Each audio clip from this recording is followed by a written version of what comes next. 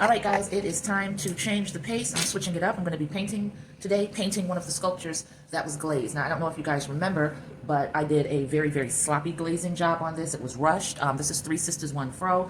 And while the colors were pleasing, the application was horrific. So once it came out of the kiln successfully, I was thankful for that, glad that they survived. But no way on earth I would have been proud to call this one of my works. So I painted over the entire thing with Dixie Belle Slick Stick. Y'all know it's hard for me, I got a lisp. They've changed it now, combined it with another product, and it's now known as Bonding Boss. They recommend letting it cure for 48 hours. This is actually cured for over a week. You cannot scratch this off. It is locked in, locked on. Okay, so I'm really glad that I let it cure that long, because now I feel very, very confident about applying the acrylic paint and knowing that it's going to stay in place. So I'm going to turn the camera around a little bit. I don't know if you can see it. I've got my water bowl here. I've got a sponge beside it. I've got my paintbrushes here and my palette. So I've also, as always, got my favorite towels in the world, Viva, because they're cloth-like. So I've got about 4 or 5 different sizes of brushes. Ones like this that are extra pointy. I have a whole other stash of nail brushes that are even tinier than this. I don't think I'm going to need them just yet. I've got this brush, which is a small flat one. This one, larger flat one. This more rounded for quick applications. And this for some more, you know, finer details, finer areas that I want to get into. So I think that where I want to start on this is getting all of those hard to reach places taken care of. Now, what I had decided for these young ladies was that they were going to be different tones. So I'm going to start with, let me wet this brush and then dry it. I tried to start with a dry brush and it was a little bit stiff. So I'm going to start with some old gold, painting on her.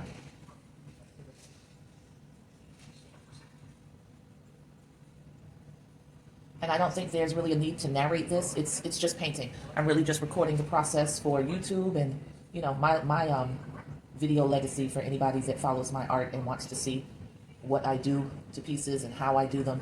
So that's what that's about. And I just brushed in a piece of hair.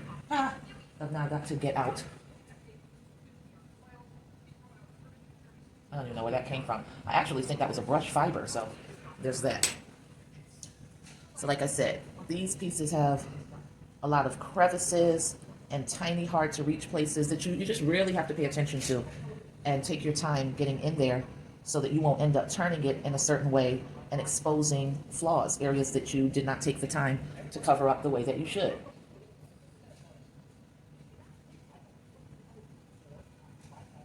I did say I was going to stop talking, didn't I? Yep.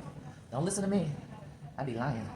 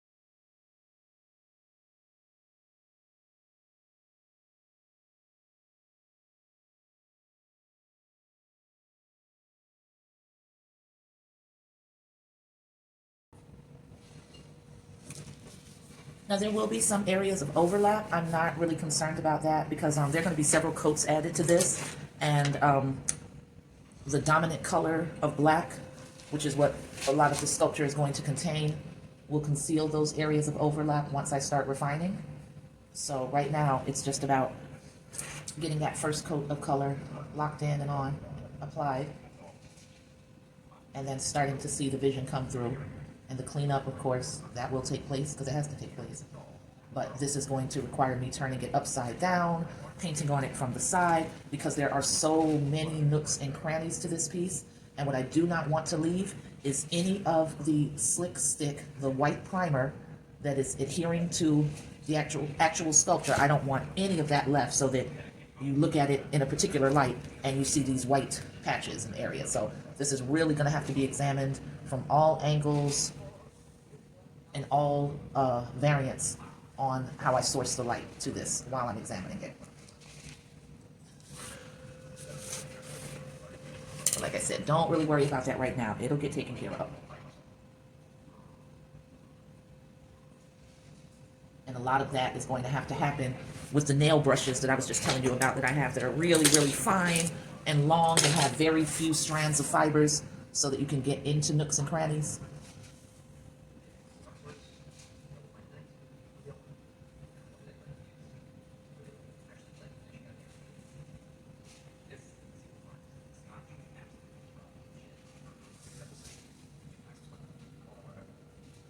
You'll also notice I don't have this on a turntable because this is one of my larger pieces. I'm not sure how much it measures either, and I don't see my measuring tape readily available. Oh, I've got my ruler here. So that's 12 inches right there, almost at this little curve of the arm that I can see. And then let's go right about from that area to, so this is like 18.5 inches, the size on this piece.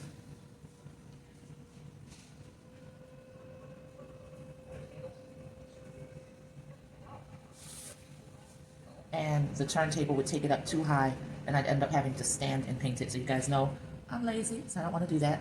So I just put it atop a Ziploc bag, and the slickness of the Ziploc bag allows me to turn it very, very easily.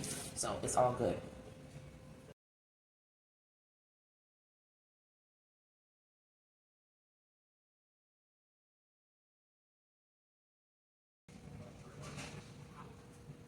Again, don't worry about it looking streaky right now.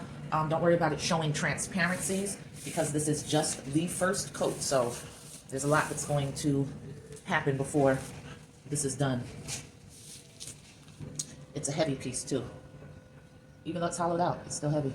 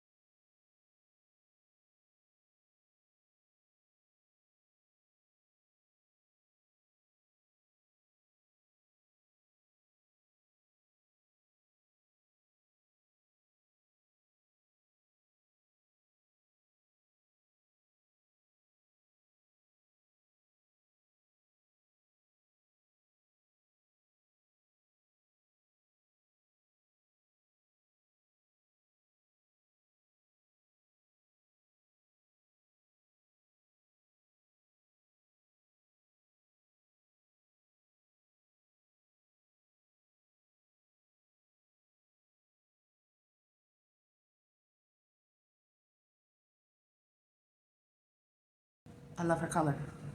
I'm sorry, still got the light in the way. Don't know if you can see it real good from this vantage point. I got over it before I could get to the third lady, which is going to be black, the third sister, rather. So I'm going to stop and take a break. We're calling it at 1 hour, okay? So this is where it's ended up so far. This color that I mixed from the acrylic paint on her, I'm all the way in love with it. As a matter of fact, I'm thinking that this sort of old gold that I mixed with a raw umber might go away. They might all end up being like her complexion. I don't know. The good thing is I've got time to figure it out because I'm just gonna spray a light mist over the paint right now, over the acrylic paint, so that it stays wet while I'm gone. And yeah, I'll figure it out when I get back. But this is me working on Three Sisters, One Fro. Very, very difficult piece to paint because of all the intertwined areas that creates crevices. I'm gonna have to flip this thing upside down. A little bit of everything before it's done. I think I've actually been putting off painting it because I knew it was going to be so challenging. But it's also such a beautiful piece that it needs to be finished. And I don't know if this is going to be available on the Facebook Live sale. The Facebook Live sale, the purpose is to, make my smaller, more incidental pieces affordable to the regular folks like me who don't have, $2,000 to spend on the sculpture, $500 to spend on the sculpture, whatever the case may be.